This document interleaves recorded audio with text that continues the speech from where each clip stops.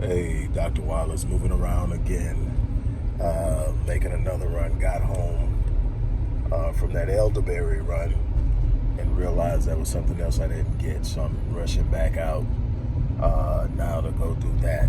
But look, this morning I didn't get a chance to talk about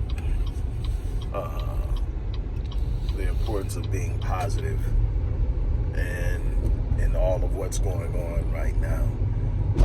And I don't mean that in a superficial, pretentious type of way. I'm not saying to ignore the realities of what's happening in your world right now, whether you're concerned about the impact of the coronavirus, whether you're concerned about the fallout as far as the global economy is concerned, whatever that may be that bothers you. I'm not saying to ignore it and to pretend as if that is not a part of your current reality. What I want you to do is to understand that it's not the end all be all. It's not the completion of the components and critical mass that is necessary to define your life now or your outcome in life.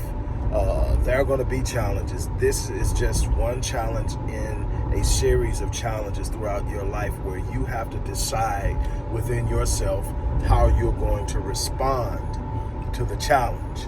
It's a challenge. It's going to be challenges after this challenge. You're going to face personal challenges. You're going to face global challenges. That is life, and history tells you that you cannot circumvent it. So what do? You sit up and you prepare yourself. You know, there's an old saying that luck chances the prepared. The truth is there's no such thing as luck. That's fortune. That's being in the right place at the right time, and you are better suited to be in the right place at the right time when you are prepared for what's coming, when you prepare yourself mentally, emotionally, psychologically, spiritually, and physically to take on whatever is coming your way. You will be in a better position to endure it and not just survive it, but thrive in it. That is the difference between those who get on in the world and those who end up being victims time after time after time. It's simply saying, I'm not a victim. Life isn't happening to me. Life is responding to me, and I have the ability to change what I don't like. I might not be able to do it in one fell swoop, but I'll be able to do it in increments. I'll be able to do it systematically. I'll be able to do it through the perseverance and consistency of being applied to my craft, of being applied to my faith, of being applied to what I am demanding of myself, being applied to excellence. So don't give up. Don't be overwhelmed. Don't allow yourself to become overwhelmed in this thing. This will pass. Trust me. The world will be a little different after it does, but it'll pass.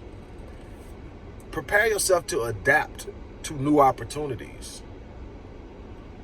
Adopt new principles and practices and habits to build yourself.